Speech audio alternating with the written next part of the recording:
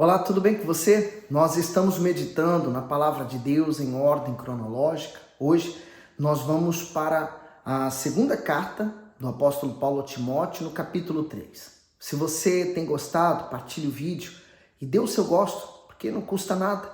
E você nos ajuda, a fazer com que esse vídeo tenha mais alcance nas redes sociais. Bom, vamos fazer nossa oração? Meu Pai, eu oro e agradeço por essa pessoa que está aqui meditando junto conosco, que o teu Espírito esteja conosco, dando toda a direção, iluminando a nossa mente. Meu Deus, abençoa essa pessoa.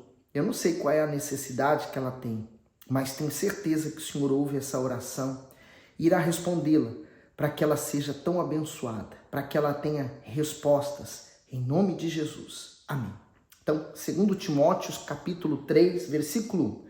Sabe, porém, isto, que nos últimos dias sobrevirão tempos trabalhosos. O comentário, tempos trabalhosos. Nos dias de Paulo, já era doloroso viver a fé por causa das perseguições, mas a escalada de dificuldade aumentaria à medida que o fim dos tempos se aproximasse.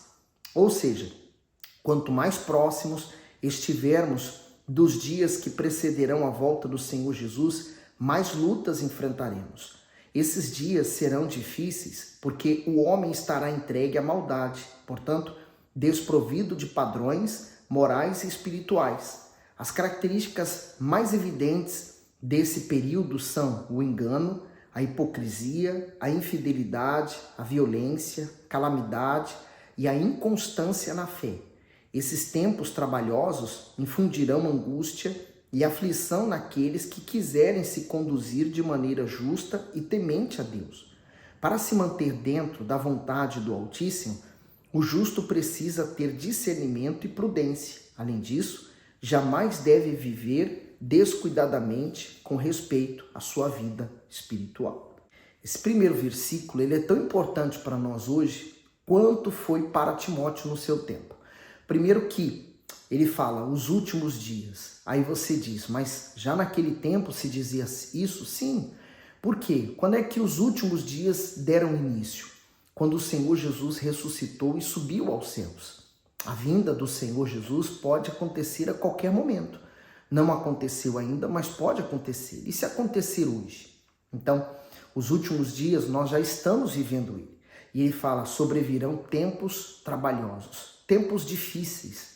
E nós temos visto, nós somos uma geração que temos presenciado esses tempos difíceis, tanto a nível da natureza, como da rebeldia do ser humano. A violência cresce a cada dia, a irreverência, o ser humano está cada vez mais distante de Deus e nós temos presenciado cada vez mais forte os sinais que o Senhor Jesus falou que haveria. No 2 diz, porque haverá homens amantes de si mesmo, avarentos, presunçosos, soberbos, blasfemos, desobedientes a pais e mães, ingratos, profanos. Então, olha quantos sinais só nesse versículo 2, Então, só para que eu venha explorar um pouquinho mais. Avarento, porque ele está tão ligado, amor ao dinheiro, Presunçosos, quer dizer, aquelas pessoas que são presunçosas com respeito aos outros, elas já planejam mal contra ela, soberbos, orgulho, os blasfemos, a boca suja, desobedientes a pais e mães, ingratos, profanos, O amor próprio, é isso que eu vejo aqui, o amor próprio são sinais do fim. E isso se chama narcisismo. São pessoas que não precisam de um salvador. Elas são salvadoras delas mesmas. Elas provêm a si mesmo a sua salvação. 3. Sem afeto natural, irreconciliáveis, caluniadores, intemperantes, cruéis, sem amor para com os bons, traidores, obstinados, orgulhosos, mais amigos dos deleites do que amigos de Deus. Comentário, amantes de si mesmos. Os últimos dias começaram no Pentecostes, ou seja, quando o Espírito Santo foi derramado em Jerusalém, e durarão até a segunda vinda do Senhor Jesus. Paulo lista uma série de pecados comuns nesse período, inclusive relacionados à família. Maridos, esposas, pais e filhos não respeitarão mais os laços de afeto que os unem, tornando-se impiedosos e perversos, isto é, as pessoas se esfriarão completamente no respeito e no amor ao próximo, até mesmo com relação àquelas do seu próprio sangue convive. O pecado não dará origem a essa e a outras atrocidades. É o primeiro da lista, amantes de si mesmos. Isso significa que as pessoas priorizarão o lucro, o bem-estar e os prazeres e nada mais importará. Para alcançarem seus objetivos, elas serão traiçoeiras, cruéis, falsas, mentirosas, caluniadoras, iracundas, capazes de cometer todo tipo de torpeza.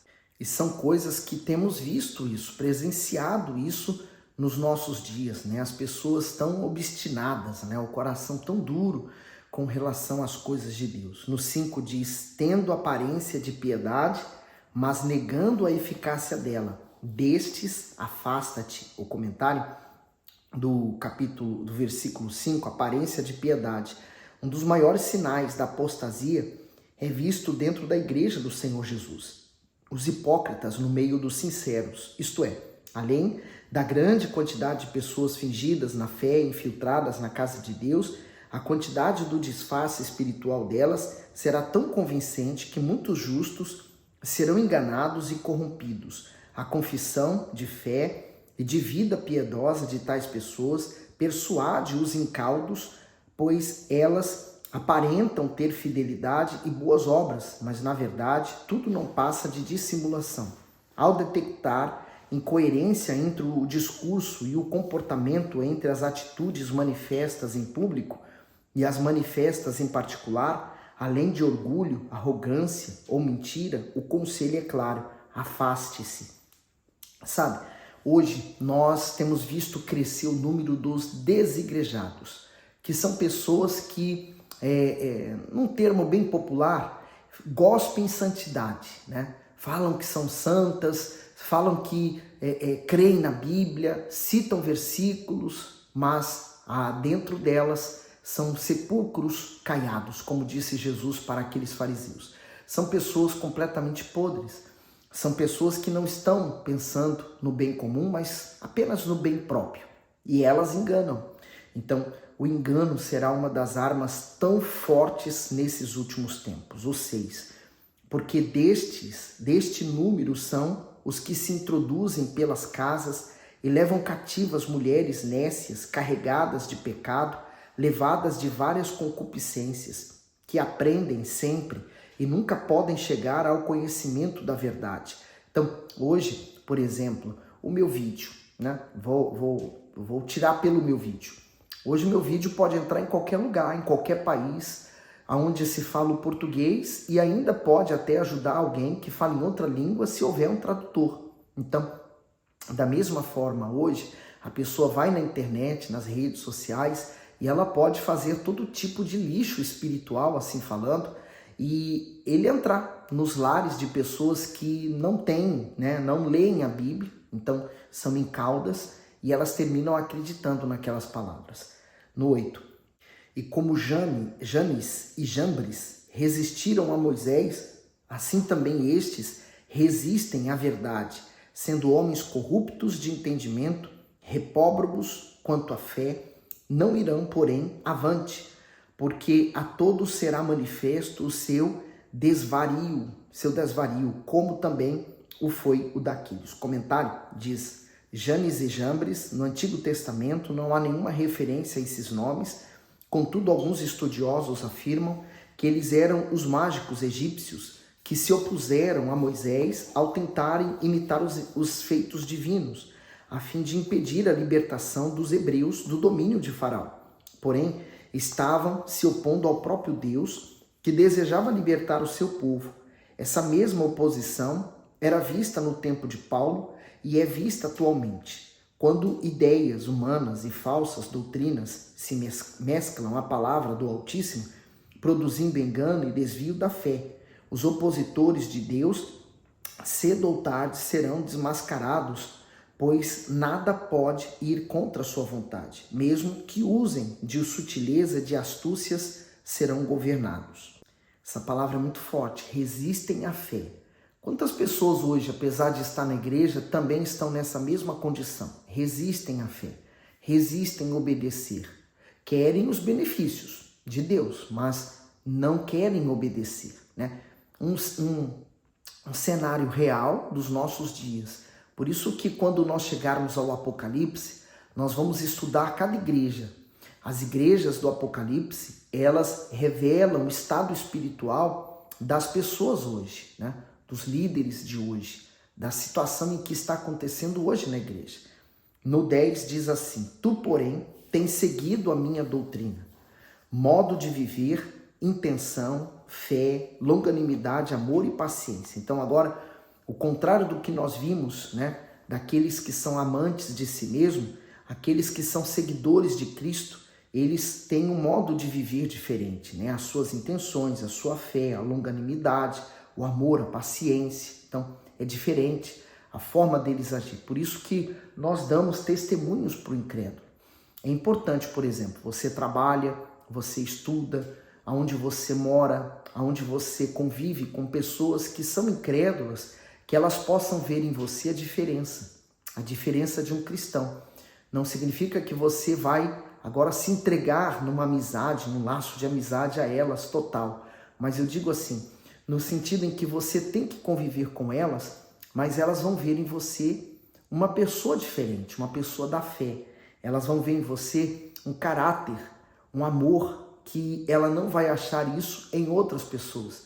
Os seus próprios familiares que ainda não se converteram, não vão à igreja, eles têm que ver em você uma coisa diferente.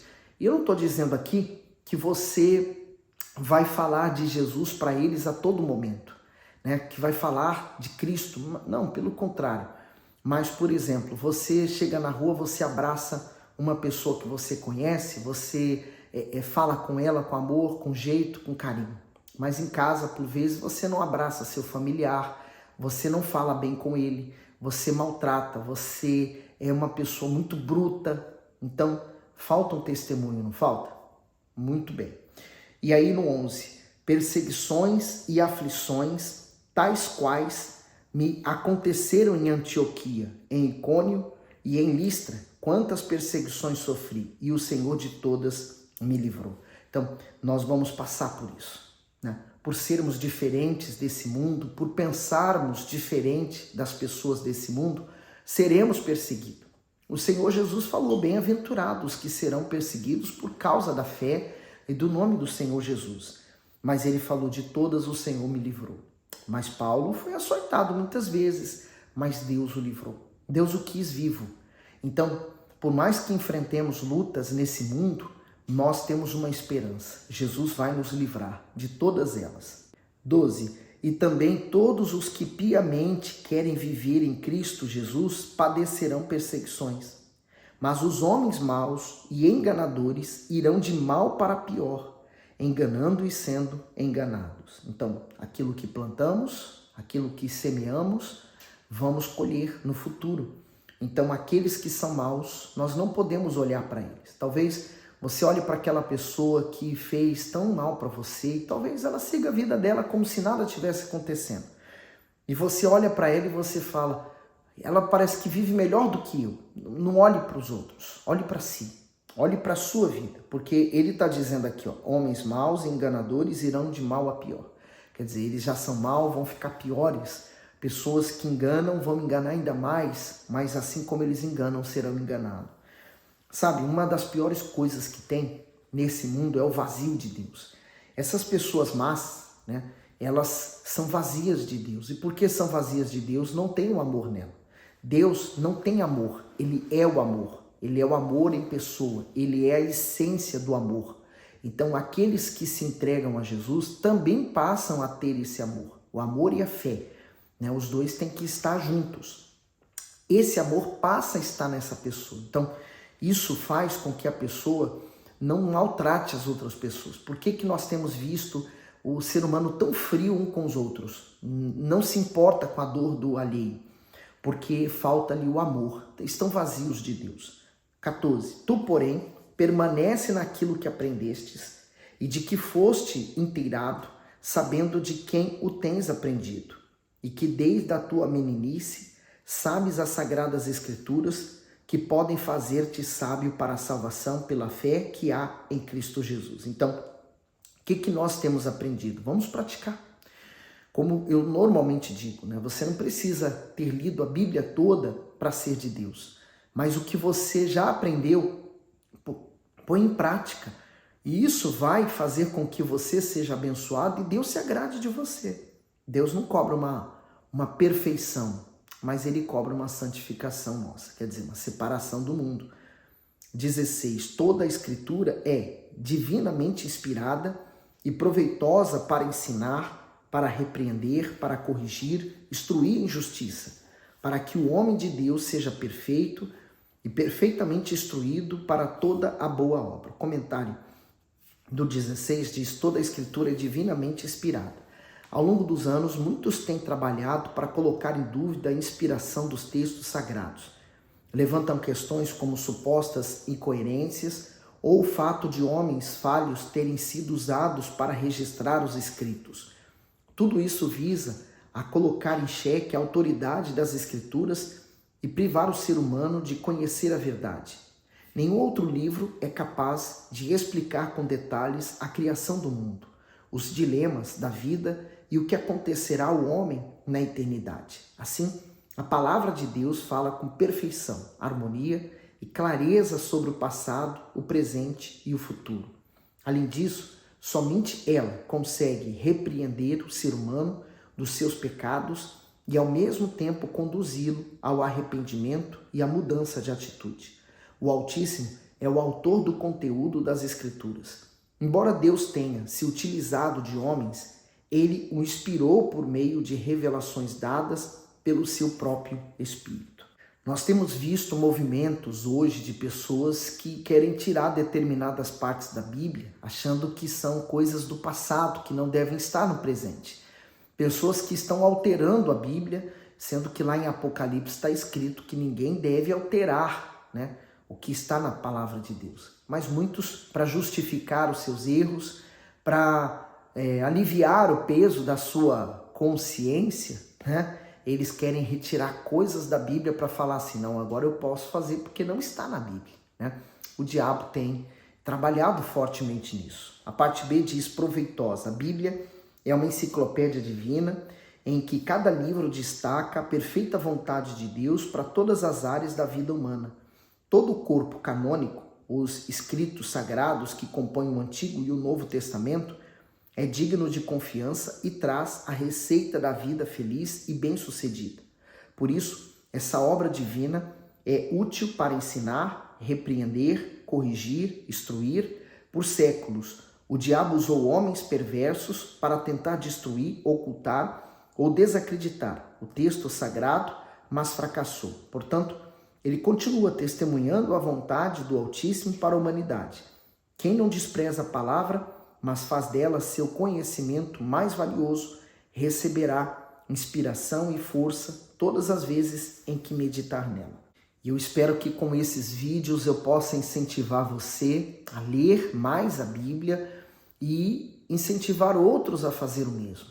Porque não é o conhecimento bíblico que eu quero que você tenha e nem eu quero ter, né? Mas é o conhecimento de Deus. Quando você lê a Bíblia querendo, buscando formas de que você quer agradar a Deus, Deus vai te dar, Deus vai fazer você lembrar das coisas que você ouviu, leu, para que você possa praticar nos momentos certos. Olha, que Deus continue abençoando você. Até o próximo vídeo.